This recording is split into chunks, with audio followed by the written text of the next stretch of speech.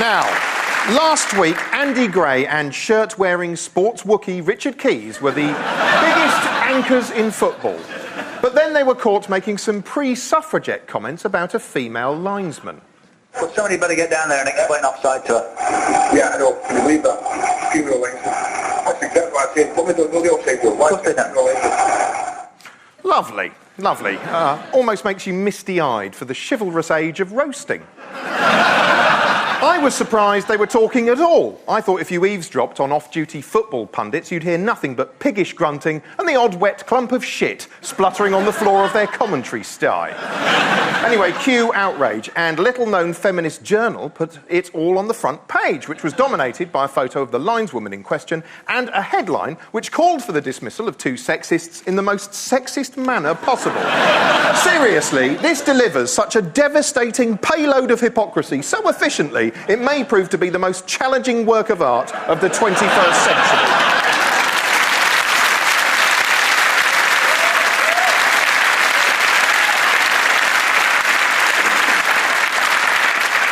Lots of papers ran this jolly snap of scantily clad Sian Massey to help their male readers understand the issues involved. Oh, yeah, I'd love to take her seriously. I'd respect the shit out of her, eh? Anyway, as if Andy Gray wasn't already sunk to the nuts in trouble, some unedifying footage of chauvinistic hijinks then emerged. Chuck this down here for me, look. Charlotte. The only problem is, though, as soon as it comes close, here I get Intriguing. Now, let's take a look and see why he failed to score. OK, as you can see, he's come in here and he's adopted the one fat twat formation. Almost immediately he makes a clumsy pass and he goes for the tackle.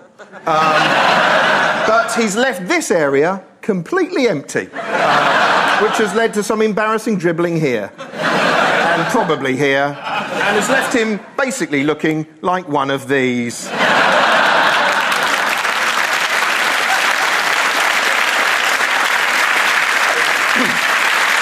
Anyway.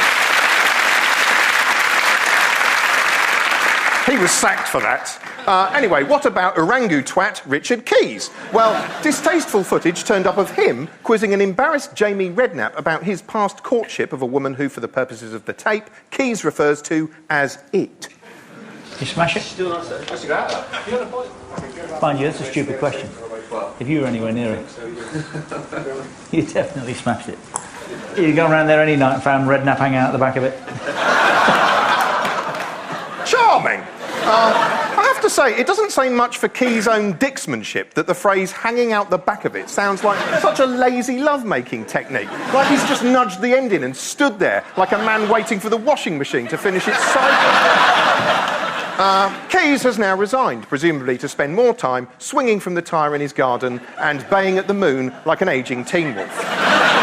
Anyway, sexism is wrong. As The Sun boldly insisted yesterday, men like Andy Gray see women as sex objects to be belittled and patronised. And that is why there is no place for them on Sky Sports, whose progressive agenda has always been plain to see on their Saturday morning flagship show, Soccer AM, in which women aren't spoken down to, they're howled at.